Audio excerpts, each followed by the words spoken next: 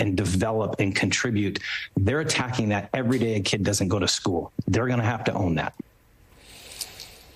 Eddie, it stops you in your tracks to hear it put like that. They're going to have to own the idea that they have created a generation of kids who may have been born here but who are afraid to go to school, who may be afraid to leave their parents. They may be afraid that every time they go to school, it's the last time they see their mom or dad.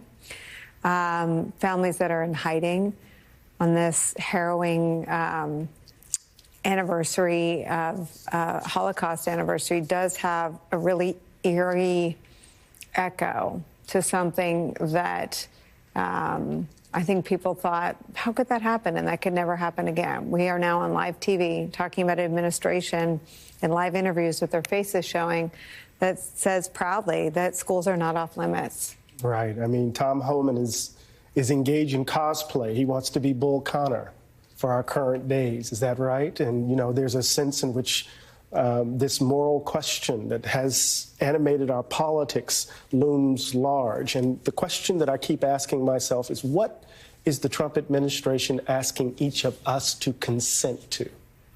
Right. So as we delve into this question, and there are those, like you said, it's the majority of the American people want to get rid of violent criminals who are here illegally.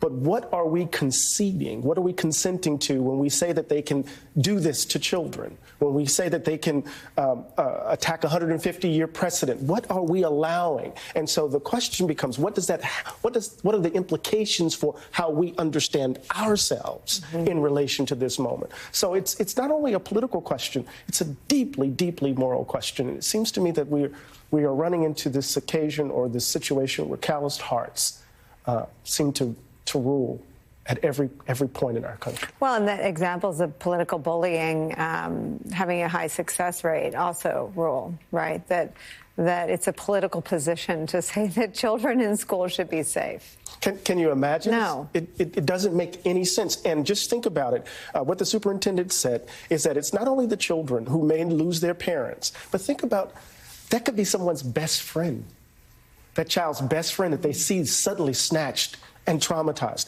So it's rippled the cascading effects of trauma and anxiety that will have implications for generations, for years to come.